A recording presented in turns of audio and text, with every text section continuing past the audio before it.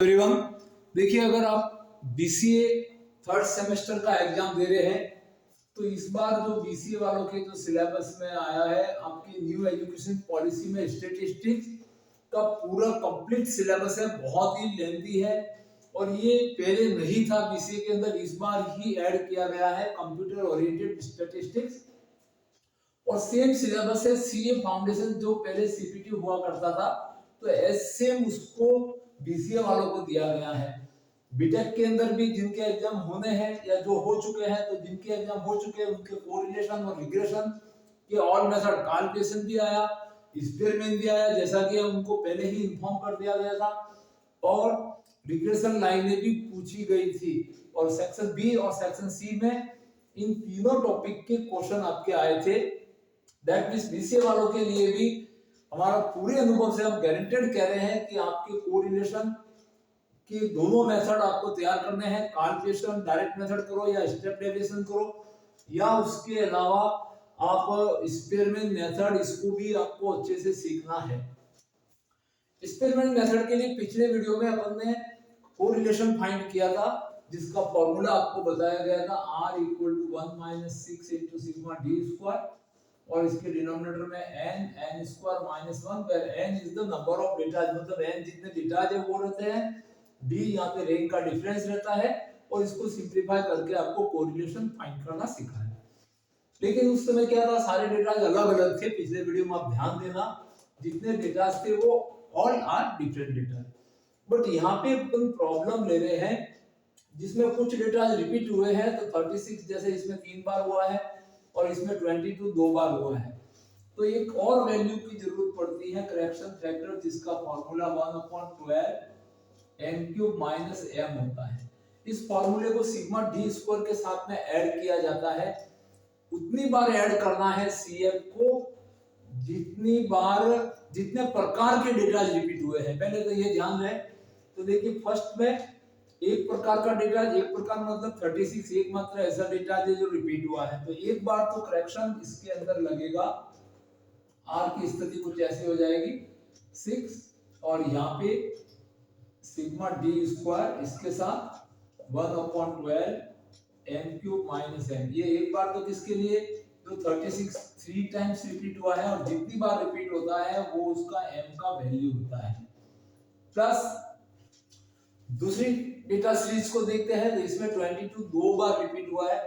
That means इसमें total दोनों सीरीजों में जितनी बार डेटा, जितने प्रकार के डेटा रिपीट होंगे, उतनी बार सीएफ का वैल्यू आपको प्लस करके लिखना है।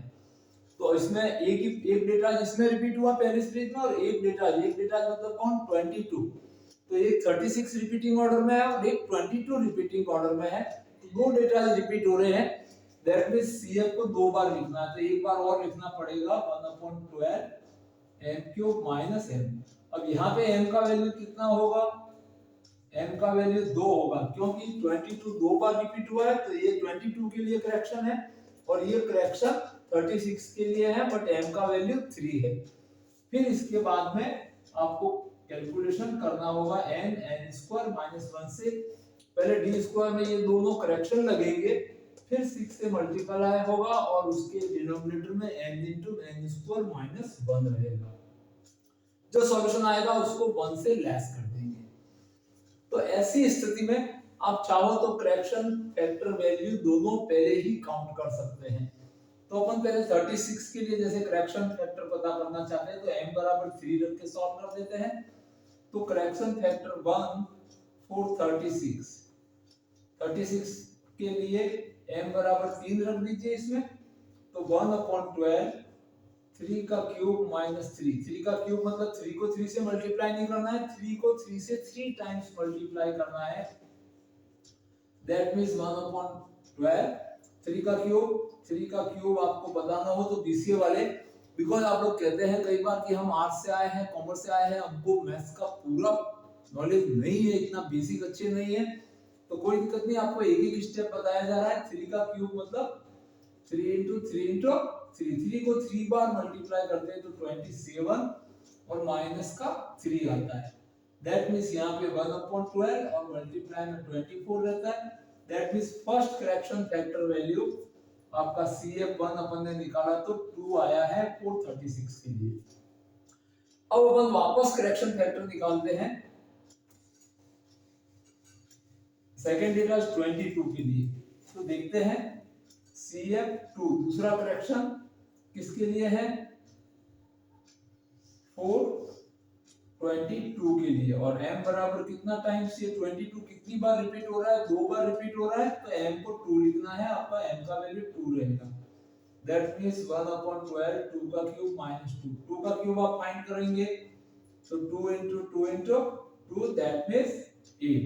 तो यहाँ पे 8 minus 2 से 6 हो जाएगा 1/12, 8 minus 2 is 1/12 into 8 minus 2 से 6 से इसको 2 टाइम्स डिवाइड करेंगे तो यहाँ पे CF2 का वैल्यू 0.5 आ जाएगा। आपने ये भी लिख दिया, यहाँ पे CF2 है वो 0.5 है। दो करेक्शन सिग्मा डी स्क्वायर में ऐड करेंगे।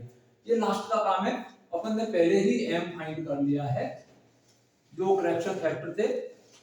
अब अपन अपने फॉर्मूले के अंदर आते हैं, प्रोसेस के अंदर। तो बने रहिए हमारे चैनल के ऊपर। पहले जितने करेक्शन लग रहे हैं वो सब निकाल के रख दीजिए। दैट मींस दोनों सीरीज में आपको ये ध्यान रखना है कितने डेटाज है वो कितनी बार रिपीट हो रहे हैं। तो फर्स्ट में एक डेटा रिपीट हो रहा है, सेकंड में एक, तो दो करेक्शन लगेंगे। आगे और एक क्वेश्चन आपको कराया जाएगा जो BTU बीटेक इंजीनियरिंग वालों को पूछा गया था, उसमें मोर डेटाज रिपीट थे। तो कई बच्चों को कुछ रिपीटिंग में रैंक देने में कुछ को परेशानियां जरूर आई, बट उन्होंने ध्यान रखा था तो उनके पूरा करेक्ट कोरिलेशन फाइंड किया गया। अब अपन आते हैं इसमें रैंक कैसे देनी है। तो रैंक देना यहाँ पे थोड़ा सा आपको समझना होगा। इसमें अपन देखते हैं हाईएस्ट फर्स्ट रैंक का डेटा कौन है, दैट मींस यहाँ पे 50 है, इसकी रैंक फर्स्ट हो गई। अब 50 से थोड़ा छोटा डेटा जब अपन ढूंढते हैं तो ये 42 की रैंक है वो 2 हो गई। अब 42 से छोटा डेटा यहाँ पे देखिए तो 36 है, लेकिन वो 3 बार आ रहा है, तो इसकी कॉमन रैंक देनी है, एवरेज रैंक देंगे। 36 को कौन सी रैंक देनी है आपको, इसको एवरेज रैंक देनी है। तो एवरेज रैंक मतलब देखो फर्स्ट रैंक आ गई, सेकंड आ गई, अब उसकी नेक्स्ट कौन सी आनी थी आपके पास, थर्ड, फोर्थ और फिफ्थ, 3 रैंक आनी थी। दैट मींस थर्ड, फोर्थ और फिफ्थ, और यहाँ पे एवरेज निकालना है तो 3 से डिवाइड करेंगे। अगर दो डेटा सेम होंगे तो 2 को 2 बार जोड़ेंगे, 2 से डिवाइड करेंगे। एवरेज का मतलब एवरेज मीन वैल्यू जैसे अपन ने फाइंड किया था 5 and 4 9 and 3 12/3, और इससे इसको देखते हैं तो कितनी रैंक आ रही है आपके पास 4। दैट मींस इन तीनों की रैंक है वो 4 हो जाएगी, third rank, fourth rank and fifth rank. तो 5 और 4 9, 9 और 3 12, 12 को 3 से डिवाइड करते हैं तो 4 आता है। हिंदी मीडियम वालों को बता दिया जाता है। दैट मींस प्रत्येक जो 36 है उसकी रैंक 4 है, यहाँ पे भी 4 है और यहाँ पे भी 4 है। अब देखिए आपने कितनी रैंक का बंटवारा कर लिया, फर्स्ट रैंक हो गया, सेकंड हो गया, थर्ड, फोर्थ और फिफ्थ रैंक तक हो गई है।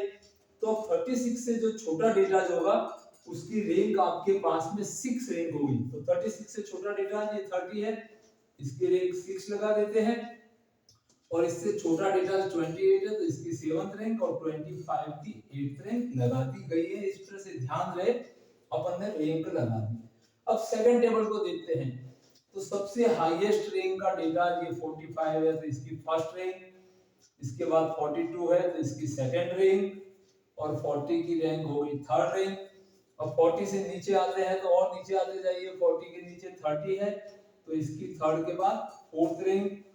फोर्थ के बाद में अपने पास में डेटा बचते हैं 22 दो बार। दैट मींस कौन सी पोजीशन 22 के लिए आपको एवरेज रैंक देना पड़ेगा वापस यहाँ पे भी। तो एवरेज रैंक 22 दो बार हो रहा है, कौन सी पोजीशन पे हो रहा है, तो देखिए फर्स्ट रैंक लग गया, सेकंड लग गया, थर्ड, फोर्थ, तो फिफ्थ और सिक्स्थ। दैट मींस कौन सी पोजीशन है, फिफ्थ रैंक और सिक्स्थ रैंक अपॉन 2, तो 11/2। दैट मींस दोनों की जो रैंक है वो 5.5, मतलब आधी आधी बढ़ जाएगी। तो इस 22 की रैंक भी 5.5 है और इस 22 की रैंक भी 5.5 है।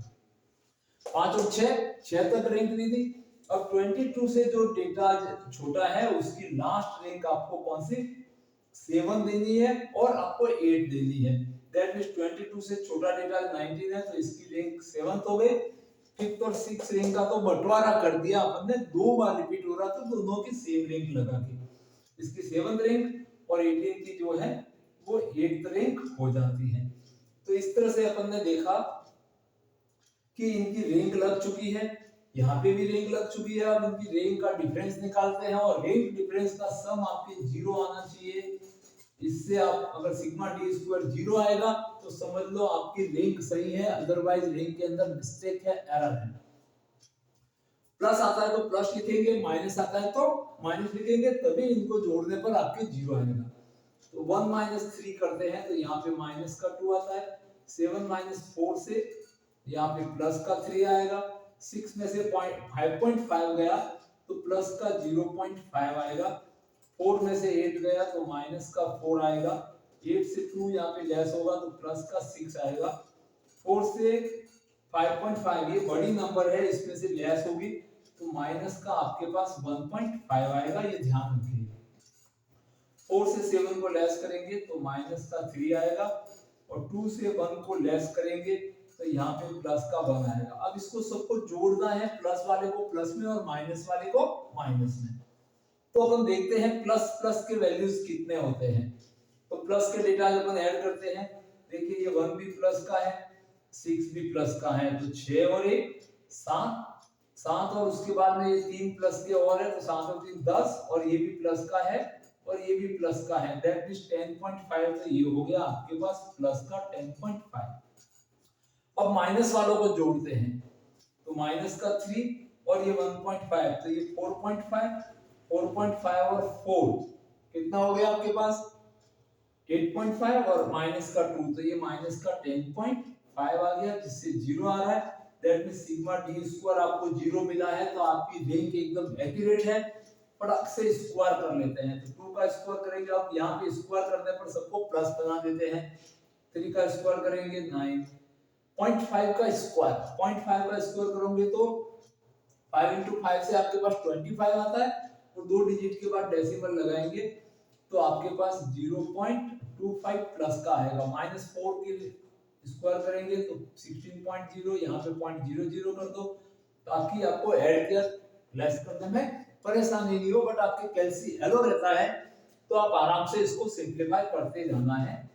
यहाँ पे 36.00, यहाँ पे 2.25 आ जाएगा और 3 का स्क्वायर 9 और 1 का स्क्वायर 1, और इसकी समेशन कितनी आती है अपन यहाँ पे फाइंड करेंगे सिग्मा डी स्क्वायर का वैल्यू। तो देखते हैं सिग्मा डी स्क्वायर कितना आता है 0.25 और 0.25, दैट मींस यहाँ पे ये 0.50 हो गया, 0.25 और 0.25 और यहाँ से 9 और 1 10 तो 12 और 6 18, 18 और 6 इसको अंदर आपको जोड़ना 24 और ये 28 से 9 को ऐड करेंगे तो 37 and 3 and 3 6 and 1 7, that means आपके पास 77.5 है, वो सिग्मा डी स्क्वायर आ जाएगा। अब अपना फार्मूला अपन स्पेयरमैन का फार्मूला अप्लाई करते हैं तो देखते हैं अपने पास कोरिलेशन का वैल्यू 1 - 6 इंटू, यहाँ पे ब्रैकेट में इसलिए कर रहा हूँ सिग्मा डी स्क्वायर के साथ में करेक्शन लगे हुए हैं, 2 करेक्शन, तो सिग्मा डी स्क्वायर आपके पास 77.50 है, प्लस फर्स्ट करेक्शन आपका 2 का था और सेकंड करेक्शन 0.5 का था अपॉन नंबर ऑफ डेटा। तो नंबर ऑफ डेटा काउंट कर लेते हैं 1 2 3 4 5 6 7 and 8 data, that means 8 multiply 8 का स्क्वायर माइनस 1 इज 1 - 6 मल्टीप्लाई, यहाँ से देखते हैं 77.5 में ये 0.5 ऐड करेंगे तो 78 और 78 एंड 2 ऐड हो जाएगा तो आपके पास 80 और इसके डिनोमिनेटर में 8 मल्टीप्लाई 8 का स्क्वायर 64 तो यहाँ पे 63 हो जाएगा, इसको कैंसिल करेंगे तो 10 आ जाएगा और इसको 3 से कट करते हैं तो 3 से 21, दैट मींस 1 - 2 मल्टीप्लाई 10 और डिनोमिनेटर में 21, दैट मींस आप आगे बढ़ते रहिए तो r = 1 - 20/20 10 into 2 से 20 आएगा और अपॉन में 21, इसका 21 is LCM, that means 21 minus 20 plus का 1 अपॉन 21, दैट मींस आपका कोरिलेशन जो है पॉजिटिव आ रहा है। तो R इज इक्वल टू 21 से 1 को डिवाइड करेंगे तो 0.04 से थोड़ा सा और आगे अप्रोक्सी आएगा आपके पास में, दैट मीन्स आपको आंसर को मेंशन करना है, it is positive correlation, that means कैसा है, पॉजिटिव मतलब धनात्मक, और 0.04 बहुत ही लो है तो यहाँ पे लिख सकते हैं very low level, very low level मतलब बहुत ही निम्न, अत्यंत निम्न कोरिलेशन इन डेटाज में है और धनात्मक है, ये ध्यान रहे। तो इस तरह से अपन ने कोरिलेशन को रिपीटिंग ऑर्डर में फाइंड करना सीखा है, जाना है। तो इस तरह से आपको हमारे चैनल पर आपके एग्जाम ओरिएंटेड सारे क्वेश्चन बताए जाएंगे, हर तरह से क्वेश्चन, और इस चैप्टर कोरिलेशन रिग्रेशन को आपको एनी हाउ सीखना ही है, क्योंकि चाहे आप सीए फाउंडेशन दे रहे हैं, बीटेक दे रहे हैं या बीसीए दे रहे हैं, इसके क्वेश्चन आपके आने ही आने हैं। तो इसलिए इनकी इंपॉर्टेंस को देखते हुए इसको आराम से सीखना है। बने रहिए हमारे चैनल पे और अगला क्वेश्चन जानने के लिए, जिसमें बहुत सारे डिटेल्स आपको रिपीटिंग मिलेंगे, तब करेक्शन फैक्टर किस प्रकार से किया जाता है। Thank you watching this video.